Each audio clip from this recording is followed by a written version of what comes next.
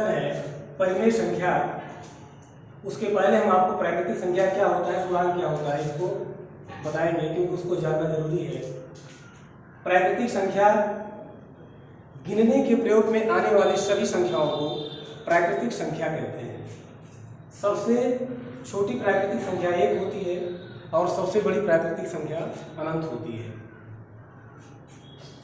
पूर्णांक शून्य सहित धनात्मक और ऋणात्मक संख्याओं के समूह को पूर्णांक कहते हैं। शून्य सहित धनात्मक और ऋणात्मक संख्याओं के समूह को पूर्णांक कहते हैं। पूर्णांक दो तरह का होता है, धनात्मक पूर्णांक और ऋणात्मक पूर्णांक। धनात्मक पूर्णांक जैसे 1 2 3 1 धन 2 धन 3 धन 4।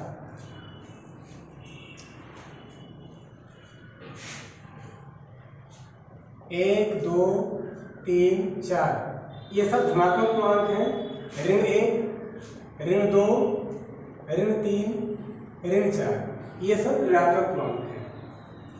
धनात्मक पूर्णांक और ऋणात्मक पूर्णांक। अब इसके बाद है परिमेय संख्या। परिमेय संख्या सभी भिन्नात्मक संख्याओं को परिमेय संख्या कहते हैं। परिमेय संख्या को P/Q के रूप में लिखा जा सकता है। परिमेय संख्या को P/Q के रूप में लिखा जा सकता है। क्या लिखते हैं, जहां पर Q का मान 0 नहीं होना चाहिए, Q का मान 0 कभी नहीं होना चाहिए, P का मान हो सकता है अर्थात अंश 0 हो सकता है और हर 0 कभी नहीं होना चाहिए। जैसे 0/2 इसे हम परिमेय संख्या कह सकते हैं, लेकिन 4/0 को परिमेय संख्या नहीं कह सकते हैं क्योंकि इसका हर 0 है। तो 1/2 3/4 5/6 ये क्या है, परिमेय संख्या है, लेकिन 4/0 परिमेय संख्या नहीं है। तो ये हो गया परिमेय संख्या। अब आपका पहला जो नियम है योग का क्रम विनिमय नियम। पहला है योग का क्रम विनिमय नियम। योग का क्रम विनिमय नियम। जैसे 3 धन 4 बराबर 7, 3 धन 4 बराबर 7 या 4 धन 3 बराबर 7, दोनों का योगफल 7, दोनों का उत्तर 7 आया है। ये 3 धन 4 लिखा है और ये 4 धन 3 लिखा है। इसका मतलब 3 धन 4 बराबर 4 धन 3, दोनों का मान या दोनों का उत्तर 7 ही होगा। तो इसे कहते हैं योग का क्रम विनिमय नियम। मतलब इसमें क्रम को बदल दिया गया है, क्रम को बदलने से उसके योगफल में कोई अंतर नहीं होता है। संख्याओं के क्रम को बदलने से उसके योग में कोई अंतर नहीं होता है। जैसे 4 धन 3 बराबर 7 या 3 धन 4 बराबर 7 है, तो दोनों का उत्तर 7 है, इसलिए 3 धन 4 का मान 4 धन 3 का मान दोनों बराबर है। तो इसे हम कहेंगे योग का क्रम विनिमय नियम। और दूसरा है गुणन का क्रम विनिमय नियम। गुणन का क्रम विनिमय नियम। गुणन का क्रम विनिमय नियम।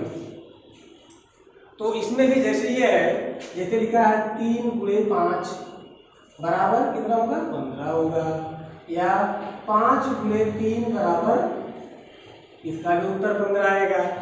तो 3 × 5 का उत्तर 15 है और 5 × 3 का भी उत्तर 15 है। इसका मतलब यह है 3 × 5 बराबर 3 × 5 बराबर 5 × 3। 3 × 5 और 5 × 3 का मान बराबर है। इसे कहेंगे गुणन का क्रम विनिमय नियम। गुणन का क्रम विनिमय नियम।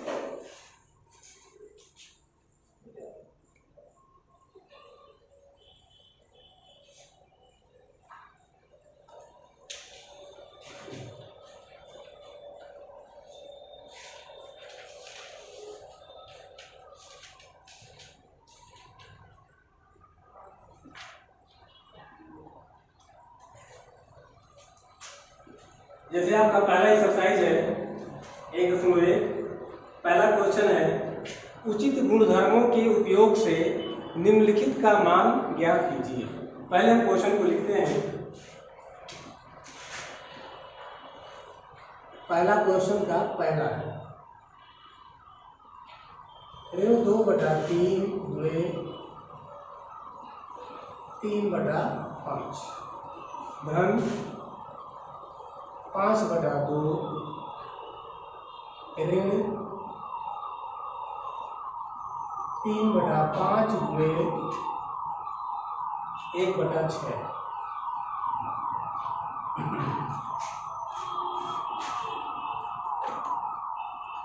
अब इसमें देखिए, अगर इसे आप चाहें तो सीधे हल कर सकते हैं, लेकिन जो प्रश्न पूछा गया है उसके अनुसार अगर सीधे आप हल कर देंगे तो इसमें परीक्षा में एक भी मार्क आप लोगों को नहीं मिलेगा। इसमें लिखा गया उचित गुणधर्म का प्रयोग करके इसे करना है, अर्थात आप इसे सीधे सीधे इसको हल नहीं कर सकते। इसमें किस गुणधर्म का प्रयोग किया गया है उसको भी लिखना है और इसको सिस्टमेटिक हल करना है। तो इसमें हम सबसे पहले ये देखेंगे कि कौन सी परिमेय संख्या अर्थात कौन सा भिन्न, पहले ये देखेंगे कि इसमें कितने पद हैं। सबसे पहले क्वेश्चन में हम देखेंगे कितने पद हैं। तो इसमें एक पद ये है, एक ये है, एक ये है और एक ये है, 3 पद इसमें हैं। इसमें सबसे पहले देखें कितने पद हैं। अब ये गुणे के रूप में या भाग के रूप में कई बार किया गया है तो पूरा एक पद माना जाता है। जैसे अगर ये कहीं भी लिखा है, मान लीजिए 2 गुणे x गुणे y गुणे z, तो हम इसे कहेंगे एक पद मानेंगे, इसे हम एक पद मानते हैं। अगर सेम इसी चीज को हम लिखते हैं 2 धन x ऋण y धन z, तो इसमें पदों की संख्या हो जाएगा 1 2 3 4, इसमें 4 पद हो जाएंगे। लेकिन हम यही नंबर, यही जो है लेटर यहाँ पर भी लिखे हैं, वही चीज है, लेकिन ये पूरा का पूरा एक पद है क्योंकि गुणे के रूप में है। और ये अगर प्लस माइनस के रूप में रहेगा तो पद अलग अलग हो जाते हैं। इसलिए सबसे पहले हम देखेंगे इसमें कितने पद हैं। तो इसमें हमें दिखाई दे रहा है, देखिए पहला पद ये है, ये दूसरा पद है और ये तीसरा पद है। अब हम देखते हैं पहले और दूसरे पद में कोई भी भिन्न कॉमन हमें नहीं दिख रहा है। कॉमन माने जो दोनों में मौजूद हो। अब इसमें 2/3 है लेकिन इसमें नहीं है, इसमें 3/5 है लेकिन इसमें नहीं है।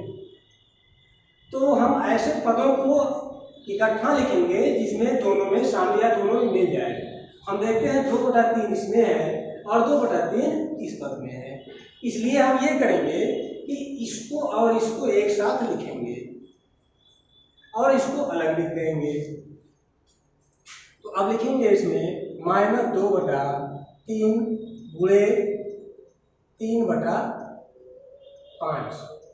अब इस पद को लिखेंगे ऋण 3/5 गुणे 1/6। अब देखिए यहाँ पे धन लिखा है कि इस पद को हमको बाद में लिखना है, तो हम इस चिन्ह को नहीं लिखेंगे, हम ये पद लिख रहे हैं इसलिए इस चिन्ह को हमको यहाँ पे लिखना पड़ेगा। तो अब ये पद एक साथ हो गया। अब ये पद जो बचा हुआ है इसको बाद में लिख देंगे +5/2। अब हम ये देखते हैं कि 3/5 इसमें है और 3/5 इसमें है। तो जो भिन्न दोनों में है उसे बाहर निकाल देते हैं, उसी को कहते हैं कॉमन करना। जो चीज दोनों में शामिल होता है, जो संख्या या जो चीज दोनों में शामिल होता है उसे हम बाहर निकाल देते हैं और बाकी बचे को कोष्ठ में लिख देते हैं, तो उसे कहते हैं कॉमन करना। हालांकि इसके पिछले क्लास में आप लोगों को ये सब बताया गया है। तो अब हम इसमें 3/5 को सबसे पहले बाहर निकालेंगे, 3/5 बाहर निकाल दिए। अब यहाँ हम एक कोष्ठ बनाएंगे, कोष्ठ में क्या बचा हुआ है। अब क्या बचा है इसमें -2/3, क्या बचा है इसमें -2/3 बचा हुआ है। गुणे जो चीज कॉमन की है उसकी जगह पर 1 लिखेंगे हम। जो चीज कॉमन किए हैं उसकी जगह पर 1 लिखेंगे, गुणे 1, यहाँ माइनस लिखा है, माइनस यहाँ इसको कॉमन किया क्योंकि देखिए ब्रैकेट के बाहर है, 3 का 5 को कॉमन कर लिया है, तो जो कॉमन कर लेते हैं, जो भिन्न कॉमन हो जाएगा या जो भी संख्या कॉमन होगा उसके जगह पे 1 लिखते हैं, यहाँ 1 हो जाएगा, गुणे 1/6, ब्रैकेट बंद हो जाएगा, प्लस 5/2। अब देखिए हमने यहाँ पर क्या किया है, जो प्रश्न हमसे पूछा गया था कि उचित गुणधर्म का प्रयोग करते हुए लिखिए, तो मैंने किस गुणधर्म का प्रयोग किया है उसको हमें लिखना पड़ेगा। तो हमने जो गुणधर्म का प्रयोग किया है यहाँ पर कि इस चीज को ये यहाँ लिखा था, इसको हम यहाँ ले आए, क्रम को हमने बदला है, इसमें हमने क्या किया है, क्रम को बदला है, इसलिए ये किस नियम का पालन करेगा, क्रम विनिमय नियम। ये है क्रम विनिमय नियम। इसी तरीके से आप लोगों को करना रहेगा, जिस नियम का उपयोग या जिस गुणधर्म का उपयोग करेंगे उस गुणधर्म को यहाँ पे आपको लिखना पड़ेगा, तभी आपको पूरा मार्क मिलेगा। क्योंकि ये प्रश्न कोई बहुत बड़ा प्रश्न नहीं है, लेकिन इसमें नियम को लिखना है, जिस नियम का प्रयोग हमने किया है उस नियम को यहाँ पर लिखना है। तो अब इस नियम को हम लिख दिए, अब इसके बाद हम आगे हल करेंगे। 3/5 ब्रैकेट में, अब इसमें हम 1 से गुणा करेंगे। आप जानते हैं किसी भी संख्या में 1 से गुणा करते हैं तो उसके मान में कोई अंतर नहीं होता है। जैसे 5 × 1 = 5, 10 × 1 = 10, 8 × 1 = 8 या 1 × 8 = 8। 1 से किसी संख्या में गुणा करें अथवा भाग देते हैं तो उसके मान में कोई अंतर नहीं होता है। हम -2/3 में 1 से गुणा करेंगे तो वही आएगा, -2/3 आएगा, माइनस इसमें गुणा करेंगे तो 1/6 होगा। अब इसको उतार देंगे तो हम 5/2। अब फिर ब्रैकेट में पहले हल करते हैं, ब्रैकेट जो पोस्ट में लिखा होता है। अब इसमें 3 और 6 का लघुत्तम लेना पड़ेगा क्योंकि इसका हर अलग अलग है। जब भी तीनों का हर अलग अलग रहेगा तो लघुत्तम लेकर के इसको हल करना पड़ता है। 3/5, 3 और 6 का जब हम लासा निकालेंगे, लघुत्तम निकालेंगे तो 6 आएगा। इसको आप कक्षा 5 में ही पढ़ चुके हैं। तो अब क्या करेंगे, इस भिन्न के हर से इसको भाग देंगे। भाग देने के बाद जितना भाग पहले जितना उत्तर आता है उससे अंश में गुणा करके तब यहाँ पर लिखा जाता है। तो यहाँ पहले माइनस लगा, पहले माइनस लगा देंगे। अब इसके बाद 6 को 3 से भाग देंगे, 3 दूनी 6, 2 आएगा। 2 से इसके अंश में गुणा करेंगे तो ये 2 लिखा है तो 2 × 2 कितना होगा, 4 होगा। तो यहाँ पे क्या लिखेंगे, 4। यहाँ पे माइनस लगा तो माइनस लगा देंगे। अब 6 को 6 से भाग देंगे तो 6 करने से 1 आएगा और 1 से इसके अंश में जब गुणा करेंगे तो 1 होगा।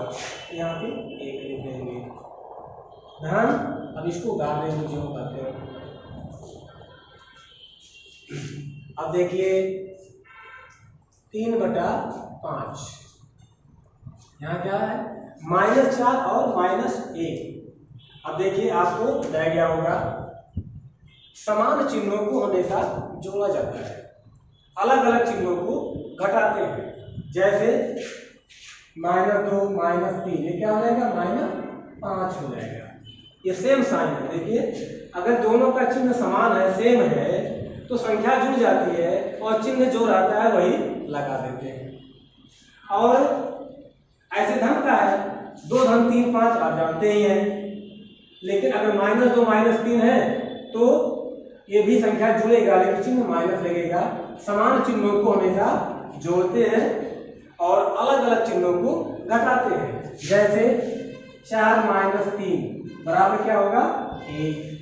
या अगर हम कह दें 3 - 4 क्या होगा, अब 3 में से 4 नहीं घटेगा तो आप करेंगे क्या, 4 में से 3 घटाएंगे।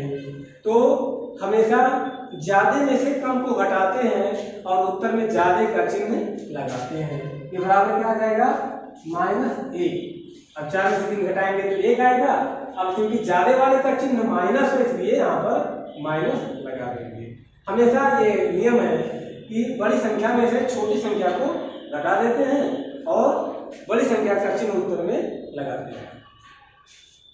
तो ये -4 और -1 है, हो जाएगा -5 और बटे क्या है 6, ब्रैकेट बंद, 1 + 5/2। अब देखिए कभी भी कोष्ठक और संख्या के बीच में कोई चिन्ह नहीं लगा है तो वहां पे बुरा माना जाता है। हमेशा ब्रैकेट और कोई भी संख्या हो तो अभिन्न हो या परिमित संख्या जो भी है उसके बीच में कोई भी चिन्ह नहीं लगा है तो वहां पर बुरा मानते हैं। तो यहाँ क्या करेंगे, बुरा लिखेंगे 3/5 गुणे -5/6 धन 5/2। अब देखिए ये कटने लायक है तो काट भी देंगे, अगर नहीं कटेगा तो अंश का गुणा अंश में और हर का गुणा हर में करके लिख देते हैं। अगर कटने लायक है तो हमेशा काटने के लिए ऊपर और नीचे ही कटता है, कभी भी ऐसा नहीं कर सकते हैं कि अगर ये संख्या कट रही थी नहीं, ऊपर ऊपर नहीं, नीचे नीचे नहीं, हमेशा एक संख्या ऊपर और एक संख्या नीचे ही कटता है। अब देखिए 3 से भी भाग जाएगा, 3 से भी, 3 एकम 3 और 3 दूनी 6, इसलिए लिखेंगे 3 एकम 3 और 3 दूनी 6। तो फिर ये 5 एकम 5 और 5 एकम 5। अब जो बचा है उसे गुणा करके लिख दीजिए। ऊपर क्या बचा है, 1 गुणे माइनस, क्योंकि माइनस लगा है, 1 गुणे -1 हो जाएगा -1 बटे नीचे क्या बचा है, देखिए 1 गुणे 2, 1 दुआएं 2 धन 5/2। अब देखिए दोनों का हर बराबर है, दोनों का हर बराबर है, इसलिए 1/2 की लाइन खींच दीजिए और यहाँ पे जो लिख दीजिए। अगर बराबर नहीं होता तो हमें इन दोनों का लासा निकालना पड़ता, लेकिन बराबर है इसलिए अब इसके लासा निकालने की जरूरत नहीं है, हम इसको यहाँ पे लिख देंगे। तो ये हो जाएगा -1 धन 5, क्योंकि जब लासा नहीं निकालना है, जब दोनों का हर बराबर है तो सीधे ऊपर वाले को जो करते हैं उतार देते हैं। तो -1 धन 5। अब ये माइनस ये प्लस, आपको अभी नहीं बताया गया कि अलग अलग चिन्ह है तो घटाते हैं और एक जैसा चिन्ह है तो जोड़ते हैं। अब ये माइनस है ये प्लस है तो माइनस प्लस या प्लस माइनस है तो घटेगा। कैसे घटेगा, ज्यादा में से कम को घटाएंगे और उत्तर में ज्यादा का चिन्ह लगाएंगे। अब इसमें जाहिर सी बात है ज्यादा वाली संख्या बड़ी संख्या 5 है तो 5 में से 1 घटाएंगे तो 4 आएगा और 5 का चिन्ह क्या है, धन, क्योंकि ज्यादा में से कम को घटाते हैं और उत्तर में ज्यादा का ही चिन्ह लगाते हैं। तो ज्यादा वाले का चिन्ह धन है, यहाँ धन लगाएंगे। अक्सर धन को लिखा नहीं जाता, धन छिपा होता है, कहीं भी किसी संख्या के पहले कुछ नहीं लिखा है, इसका मतलब वो धन है, इसलिए जब धन आता है तो धन को लिखना नहीं पड़ता है। 4/2 हो गया। अब 2 एकम 2 और 2 दूनी 4 बराबर, इसका उत्तर आ गया 2। यही हो गया आपका आंसर। अब इसे आप चाहे स्क्रीनशॉट ले लीजिए या इसको उतार लीजिए।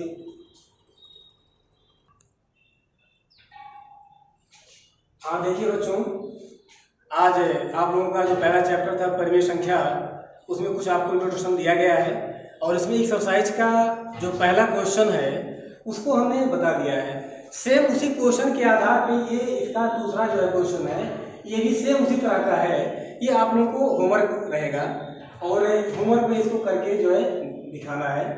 और पहली बात, सभी लोगों के पास बुक उपलब्ध होना चाहिए, क्योंकि बिना बुक का ये संभव नहीं है, इसलिए जल्द से जल्द आज ही आप लोग बुक की व्यवस्था कर लें, क्योंकि अगर बुक नहीं रहेगा तो आप लोग जो है ठीक से पढ़ नहीं पाएंगे और उसका होमवर्क भी नहीं कर पाएंगे। आज होमवर्क हम यहाँ लिख दे रहे हैं, लेकिन बुक आपके पास होना अति आवश्यक है, बहुत ज़रूरी है, और इसलिए बहुत जल्द से ही जल्द बुक आप लोग अवश्य खरीद लें। और इसके बाद देखिए हम आगे आपको एक चीज़ और बताएंगे, योज्य प्रतिलोम। ये आप लोगों को क्रम विनिमय नियम के बारे में बताए। धनात्मक और ऋणात्मक संख्याओं के बारे में बता दिए। अब आपको बताएंगे योज्य प्रतिलोम। जैसे किसी भी संख्या का जो योज्य प्रतिलोम होता है उसका चिन्ह आप बदल देंगे। जैसे 3/4, इसका योज्य प्रतिलोम हो जाएगा -3/4। उसका चिन्ह बदल जाएगा। जैसे 4 का -4 का योज्य प्रतिलोम 4 होगा। 10 का योज्य प्रतिलोम क्या होगा? -10 होगा। बहुत सिंपल, बहुत आसान है। योज्य प्रतिलोम में केवल चिन्ह बदल जाता है। योज्य प्रतिलोम में केवल चिन्ह बदल जाता है और इसमें कोई प्रॉब्लम नहीं होता है। तो इसमें आपकी बुक में जो दूसरा क्वेश्चन है इसमें योज्य प्रतिलोम के बारे में पूछा गया है। जैसे ये दूसरा क्वेश्चन आपका है, बुक से है। दूसरे का पहला लिखा है 2/8। इसमें आपको कुछ भी नहीं करना है, ये भी नहीं सोचना है कि चलो 2/8 लिखा है इसको काट के हम छोटा कर दें, कुछ नहीं। आपको सिर्फ योज्य प्रतिलोम बताना है। तो जितना ही पूछा जाए उतने का ही आंसर देना है, उससे ज्यादा नहीं। इसलिए 2/8 लिखा है तो इसका योज्य प्रतिलोम होगा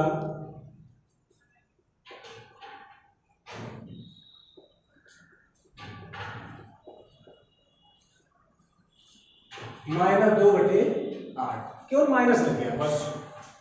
जैसे दूसरा इसमें -5/9 का योज्य प्रतिलोम क्या होगा? 5/9 हो जाएगा। केवल इसमें चिन्ह लगा देना है या चिन्ह को हटा देना है। प्लस है तो माइनस, माइनस है तो प्लस हो जाएगा। यही होता है योज्य प्रतिलोम। और